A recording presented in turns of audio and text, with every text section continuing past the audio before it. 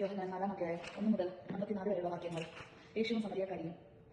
യോഹന്നാനേക്കാൾ അധികം ആളുകളെ താൻ ശിഷ്യപ്പെടുത്തുകയും സ്നാനപ്പെടുത്തുകയും ചെയ്യുന്നുവെന്ന് ഫരിസേയർ കേട്ടതായി കർത്താവ് പറഞ്ഞു. വാസ്തവത്തിൽ ശിഷ്യന്മാരല്ലാതെ യേശു നേരിട്ടാരെ സ്നാനപ്പെടുത്തിയിട്ടില്ല. അവൻ യൂദ വിട്ട് വീണ്ടും ഗലീലയ്ക്ക് പുറപ്പെട്ടു. അവന് സമരയിലൂടെ കടന്നു പോകേണ്ടിയിരുന്നു. സമരയിലെ സിക്കാർ എന്ന പട്ടണത്തിൽ അവൻ എത്തി. യാക്കോബ് തന്റെ മകൻ ജോസഫിന് നൽകിയ വയലിനടുത്താണ് ഈ പട്ടണം. യാക്കോബിന്റെ കിണർ അവിടെയാണ്. യാത്ര ചെയ്ത് ക്ഷീണിച്ച് യേശു ആ കിണറിന്റെ അരികിലിരുന്നു. അപ്പോൾ ഏകദേശം 6 മണിക്കൂറായിരുന്നു. ആ സമയം ഒരു സമരിയക്കാരി അവിടെ വെള്ളം കോരാൻ വന്നു. യേശു അവളോട് എനിക്ക് കുടിക്കാൻ തരിക എന്ന് പറഞ്ഞു. അവന്റെ ശിഷ്യന്മാരാകട്ടെ ഭക്ഷണ സാധനങ്ങൾ വാങ്ങാൻ പട്ടണത്തിലേക്ക് പോയിരുന്നു. ആ സമരിയക്കാരി അവനോട് ചോദിച്ചു, നീ ഒരു യഹൂദനായിരിക്കെ സമരിയക്കാരിയായ എന്നോട് കുടിക്കാൻ ചോദിക്കുന്നുണ്ടോ? യഹൂദരും സമരിയക്കാരും സമ്പർക്കമൊന്നുമില്ലല്ലോ. യേശു അവളോട് പറഞ്ഞു, ദൈവത്തിന്റെ ദാനം എന്തെന്നും എനിക്ക് കുടിക്കാൻ തരികയെന്നും നിന്നോട് ആവശ്യപ്പെട്ടത് ആരെന്നും അറിഞ്ഞിരുന്നുവെങ്കിൽ നീ അവനോട് ചോദിക്കുകയും അവൻ നിനക്ക് ജീവജലം തരികയും ചെയ്യുമായിരുന്നു. അവൾ പറഞ്ഞു, പ്രഭു, വെള്ളം കോരാൻ എനിക്ക് പാത്രമില്ല, കിണറോ ആഴമുള്ളതും. പിന്നെ ഈ ജീവജലം നിനക്ക് എവിടെ നിന്ന് കിട്ടും?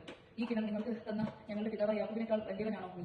അവനും അവന്റെ മക്കളും കന്നുകാലികളും ഈ കിണറ്റിൽ നിന്നാണ് കുടിച്ചിരുന്നത്. യേശു പറഞ്ഞു, ഈ വെള്ളം കുടിക്കുന്ന ഏവനും വീണ്ടും ദാഹിക്കും. എന്നാൽ ഞാൻ നൽകുന്ന വെള്ളം കുടിക്കുന്നവന് പിന്നീട് ഒരിക്കലും ദാഹിക്കുകയില്ല. ഞാൻ നൽകുന്ന ജലം അവന് നിത്യജീവനിലേക്ക് നിർഗളിക്കുന്ന അരുവിയാകും. അപ്പോൾ അവൾ പറഞ്ഞു, ആ ജലം എനിക്ക് തരിക, നേരിൽ എനിക്ക് ദാഹിക്കുകയില്ലല്ലോ, വെള്ളം കോരാൻ ഞാൻ ഇവിടെ വരികയും വേണ്ടല്ലോ. അവൻ പറഞ്ഞു, നീ ചെന്ന് നിന്റെ ഭർത്താവിനെ കൂട്ടിക്കൊണ്ട് വരിക. എനിക്ക് ഭർത്താവില്ല എന്ന സ്ത്രീ മറുപടി പറഞ്ഞു. യേശു അവളോട് പറഞ്ഞു, എനിക്ക് ഭർത്താവില്ല എന്ന് നീ പറഞ്ഞത് ശരിയാണ്. നിനക്ക് 5 ഭർത്താക്കന്മാരുണ്ടായിരുന്നു, ഇപ്പോഴുള്ളവൻ നിന്റെ ഭർത്താവല്ല. നീ പറഞ്ഞത് സത്യമാണ്. അവൾ പറഞ്ഞു, പ്രഭു, അങ്ങൊരു പ്രവാചകനാണെന്ന് ഞാൻ മനസ്സിലാക്കുന്നു. ഞങ്ങളുടെ പിതാക്കന്മാർ ഈ മലയിൽ ആരാധന നടത്തി, എന്നാൽ യഥാർത്ഥമായ ആരാധന സ്ഥലം ജെറുസലേമിലാണെന്ന് നിങ്ങൾ പറയുന്നു. യേശു പറഞ്ഞു, സ്ത്രീ എന്നെ വിശ്വസിക്കുക, ഈ മലയിലോ ജെറുസലേമിലോ നിങ്ങൾ പിതാവിനെ ആരാധിക്കാത്ത സമയം വരുന്നു. നിങ്ങൾ അറിയാത്തതിനെ ആരാധിക്കുന്നു, ഞാൻ അറിയുന്നതിനെ ആരാധിക്കുന്നു. എന്നാൽ രക്ഷ യഹൂദരിൽ നിന്നാണ് എന്നർത്ഥം.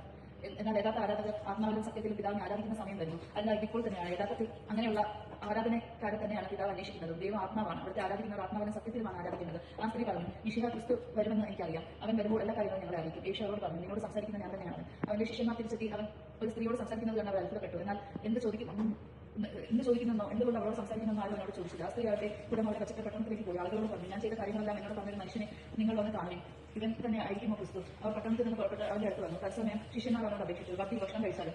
അവൻ പറഞ്ഞു, നിങ്ങൾ അറിയാത്ത ഭക്ഷണം എനിക്കുണ്ട്. ആരെങ്കിലും എന്റെ ഭക്ഷണം കൊണ്ടുവന്ന് കൊടുത്തേക്കുമോ എന്ന് ശിഷ്യന്മാർ പരസ്പരം പറഞ്ഞു. യേശു പറഞ്ഞു, എന്നെ അയച്ചവന്റെ ഇഷ്ടം പ്രവർത്തിക്കുകയും അവന്റെ ജോലി പൂർത്തിയാക്കുകയുമാണ് എന്റെ ഭക്ഷണം. 4 മാസം കൂടി കഴിഞ്ഞാൽ വിളവെടുപ്പായി എന്ന് നിങ്ങൾ പറയുന്നില്ലേ? എന്നാൽ ഞാൻ പറയുന്നു, നിങ്ങൾ കണ്ണുകൾ ഉയർത്തി വയലിലേക്ക് നോക്കുകയും അവ ഇപ്പോൾ തന്നെ വിളഞ്ഞ കൊയ്ത്തിന് പാകമായിരിക്കുന്നു.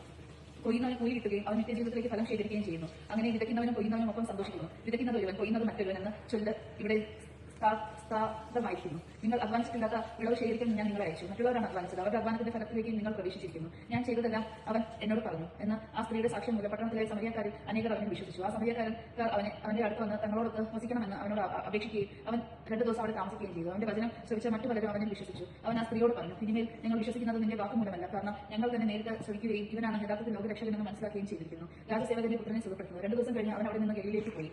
പ്രവാചകൻ സ്വന്തം നാട്ടിൽ ബഹുമാനിക്കപ്പെടുന്നില്ല എന്ന യേശു തന്നെ സാക്ഷ്യപ്പെടുത്തിയിരുന്നു. അവൻ ഗലീലയിൽ വന്നപ്പോൾ ഗലീലക്കാർ അവനെ സ്വാഗതം ചെയ്തു. എന്നാൽ തിരുനാളിൽ അവൻ ജെറുസലേമിൽ ചില കാര്യങ്ങൾ അവർ കണ്ടിരുന്നു. അവരും തിരുനാളിന് പോയിട്ടുണ്ടായിരുന്നു. അവൻ വീണ്ടും ഗലീലയിലെ കാനായിലെത്തി. അവിടെ വെച്ചാണ് അവൻ വെള്ളം വീണാക്കിയത്. കർഫനാമിൽ ഒരു രാജസേവകൻ ഉണ്ടായിരുന്നു. അവന്റെ മകൻ രോഗബാധിതനായിരുന്നു. യേശു യൂദയിൽ നിന്ന് ഗലീലയിലേക്ക് വന്നെന്ന് കേട്ടപ്പോൾ അവൻ ചെന്ന് തന്റെ ആസന്നനായ മകനെ വന്ന് സുഖപ്പെടുത്തണമെന്ന് അവനോട് അപേക്ഷിച്ചു. അപ്പോൾ യേശു പറഞ്ഞു, അടയാളങ്ങളും അത്ഭുതങ്ങളും കാണുന്നില്ലെങ്കിൽ നിങ്ങൾ ഒരിക്കലും വിശ്വസിക്കുകയില്ലല്ലോ. അപ്പോൾ ആ രാജസേവകൻ അവനോട് അപേക്ഷിച്ചു, കർത്താവ്, എന്റെ മകൻ മരിക്കുന്നുണ്ട് വരുന്നു. യേശു പറഞ്ഞു, പോയിക്കൊള്ളുക, എന്റെ മകൻ ജീവിക്കും. യേശു പറഞ്ഞ വചനം വിശ്വസിച്ചവൻ പോയി. പോകും വഴി മകൻ സുഖം പ്രാപിച്ചിരിക്കുന്നു എന്ന വാർത്തയുമായി കൃത്യന്മാരെതിരെ വന്നു. ഏത് സമയത്താണ് എന്റെ സ്ഥിതി മെച്ചപ്പെട്ടതെന്ന് അവൻ അന്വേഷിച്ചു. ഇന്നലെ 7 മണിക്കൂറിൽ പനി വിട്ടുമാറി എന്ന് അവൻ പറഞ്ഞു. നിന്റെ മകൻ ജീവിക്കുമെന്ന് യേശു ആ മണിക്കൂറിൽ തന്നെയാണ് ആ പിതാവ് മനസ്സിലാക്കി. അവന്റെ കുടുംബം മുഴുവൻ വിശ്വസിച്ചു. ഇത് യൂദയിൽ നിന്ന് ഗലീലയിലേക്ക് വന്നപ്പോൾ യേശു പ്രവർത്തിച്ച 2ാമത്തെ അടയാളമാണ്. ദൈവജനമാണ് നാം കേട്ടത്. നമുക്ക് ദൈവത്തെ സ്തുതിക്കാം. ക്രിസ്ത്യാനിക്ക് സ്തുതി.